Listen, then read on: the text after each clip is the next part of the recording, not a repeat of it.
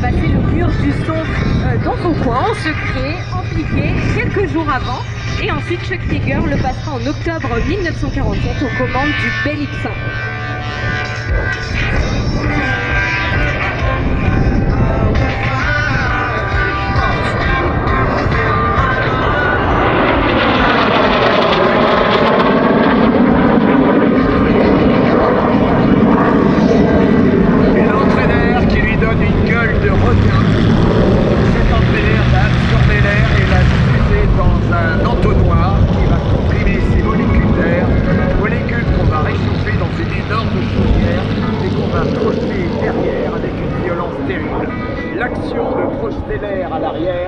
Va faire par réaction envoyer l'avion vers l'avant. Et en léger piqué, on atteint 1300-1400 km/h.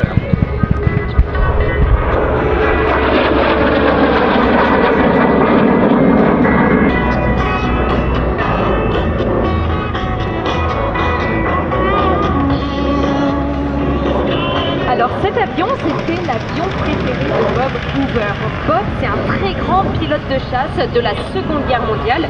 Il volait notamment sur Spitfire. Il est ensuite devenu une figure emblématique des shows aériens aux États-Unis.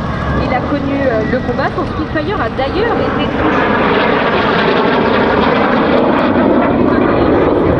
avec le même avion qui l'a emprisonné.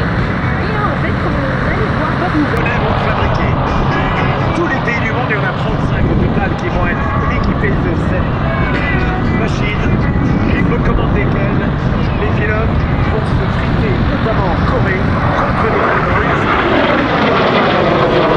Et alors, à ce type d'avion, on va y mettre c'est-à-dire à l'avant. Tenez-vous bien, les Américains à l'époque, mettaient des cendriers dans les postes de pilotage. On fumait en vol. Imaginez aujourd'hui, d'abord, inconcevable, et ne serait-ce que pour la santé, on a compris que le cancer, c'était pas une bonne chose.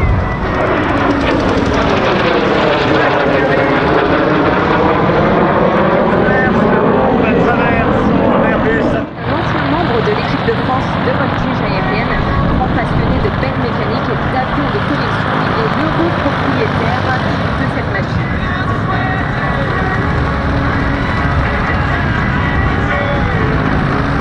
Et Fredakari, aujourd'hui, showman dans cet avion, a été celui qui a sauvé des vies dans des conditions dantesques avec des avions pour aller chercher des humains dans des endroits improbables et leur permettre de retrouver un nouveau virage. Basé sur l'aéroport d'Avignon et regroupe 3 personnes au service de ce sabre, un pilote, Frédéric Acari, un mécanicien et une personne chargée des fonctions au sol. Vous pouvez d'ailleurs les suivre sur les réseaux sociaux pour suivre toutes les aventures, que ce soit les meetings aériens et la maintenance de ce fabuleux avion qui est le F-86 Sabre. Mistral Warbirds, c'est le nom de l'association. Et en face de l'autre côté de la piste, parce qu'on simule bien évidemment ce qui était. Et le propriétaire, aujourd'hui, il est basé à Avignon. Et d'ailleurs, les couleurs que vous voyez, parce que peut-être que vous connaissez les F-86 Sabre couleur aluminium, mais il s'agit là aussi d'une couleur d'origine. C'était la couleur des F-86 Sabre basés en Allemagne.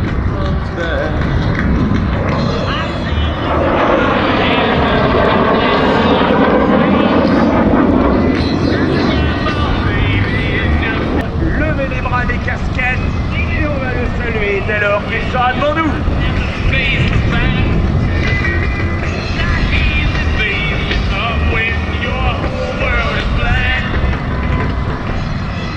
Et voilà, on salue Fredakari.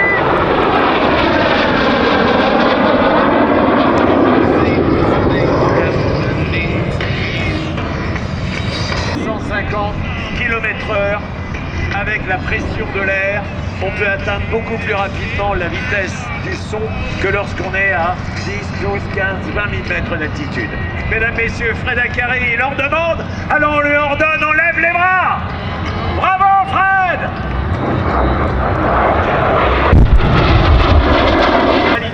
Et leur envoyer des secours.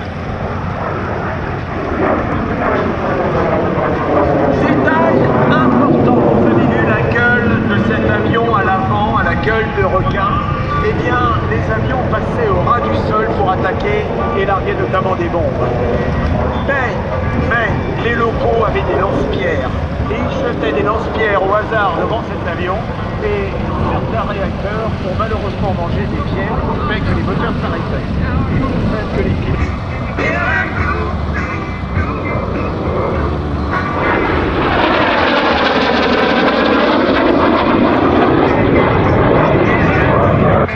Ce n'est pas pour tout de suite, ça c'est un passage à l'anglaise, on relève les bras. Alors là c'est lentement, il apprend le temps de vous regarder et il va revenir tout à l'heure comme s'il était à l'atterrissage et puis il repartira des. L'environnement du terrain de Gap est un écrin. Un écrin au milieu duquel il y a des perles qui volent et sans doute il y en aura toute la journée. Et on le sait, quand on fabrique un avion en papier, soit on lui met des ailes en flèche pour aller vite, soit au contraire on lui met des grandes surfaces pour aller lentement. C'est le cas de cet avion qui vient de sortir les panneaux à l'arrière de l'aile.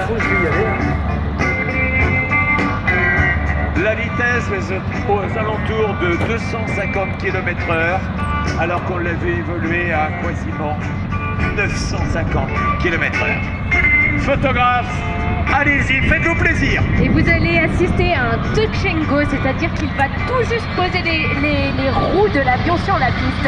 Et tout de suite,